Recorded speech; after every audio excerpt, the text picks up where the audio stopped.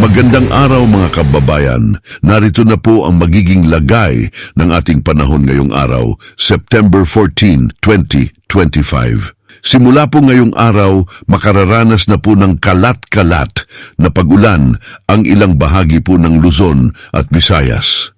Dahil po yan sa trough ng low pressure area na papalapit sa kalupaan ng ating bansa, ayon po yan sa pag-asa mga kababayan. Samantala, epekto naman ng easterlies ang mararanasan sa ilang bahagi po ng Luzon. Kaya mainit, maalinsangan, subalit pagsapit po ng hapon o gabi, localized thunderstorm ang mararanasan. Para po sa karagdagang impormasyon at makatotohanang ulat panahon, pakinggan po natin mula po sa weather specialist ng DOST Pag-asa. Huli po nating namataan itong low pressure area na ating binabantayan sa may coastal waters na po ng Mapanas, Northern Samar. At sa ngayon ay nagdadala na nga po ito ng mga pag-ulan dito sa may Eastern Visayas, pati na rin po sa may Bicol region at konting bahagi din po ng Calabarzon area. At sa susunod nga po ng mga araw, asahan po natin na tatawid itong ating LPA sa may Southern Luzon o sa may Visayas region. Kaya't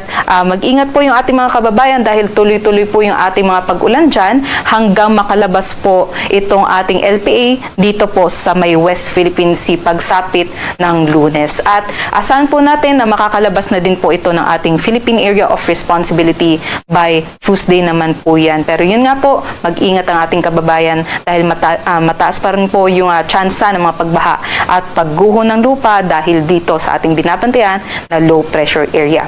Kung maging bagyo man itong ating LPA ay tatawagin natin ito sa local name na Mirasol. Para naman po sa ating magiging lagay ng panahon sa Luzon, asahan nga po sa Metro Manila, Central Luzon, pati na rin sa may Southern Luzon area, sa may Calabarzon at sa Mimaropa, ang makulimlim na panahon na may kalat-kalat na pag-ulan, pagkulog at pagkidlat dahil po sa papalapit po na LPA na posibleng mag-traverse o mag-cross dito sa may Southern Luzon area. Ito naman po ang ating aasahan na pag-ulan sa loob po ng 24 oras. Asahan po ang 50 to 100 millimeters of rainfall dito sa may Quezon, pati na rin sa Marinduque, Camarines Norte, Camarines Sur, pati na rin sa Albay at sa may Catanduanes area. So, kung kayo po ay nasa ilog o mga bulubunduking lugar, pati na rin yung mga nasa urbanized areas or mga low-lying areas, ay mag-ingat sa mga tsansa ng mga pagbaha at pagguho ng lupa, kaya't maghanda po yung ating mga kababayan dyan.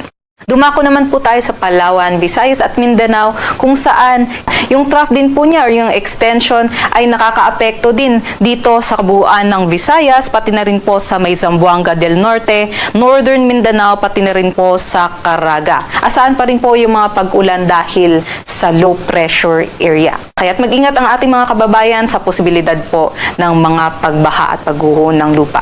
Samantala, sa nalalaming bahagi naman ng Luzon ay easterlies po o yung hangin na nanggagaling sa karagatang Pasipiko ang nakakaapekto sa may Luzon area. Kaya't mainit po at maaliwalas sa umaga, ngunit mataas yung tsansa ng mga thunderstorms pagdating ng hapon o ng gabi.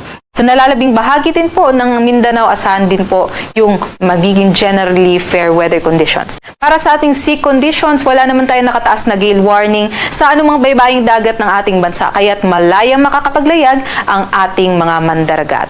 Pero ang ating sea conditions po ay mga pag-alon, posible pong maging katamtaman sa may eastern sections ng Central at sa Southern Luzon na maaaring umabot sa 1.2 to 1.8 meters. Pero sa nalalabing baybaying dagat naman natin, banayad hanggang sa katamtaman na pag-alon ang ating aasahan.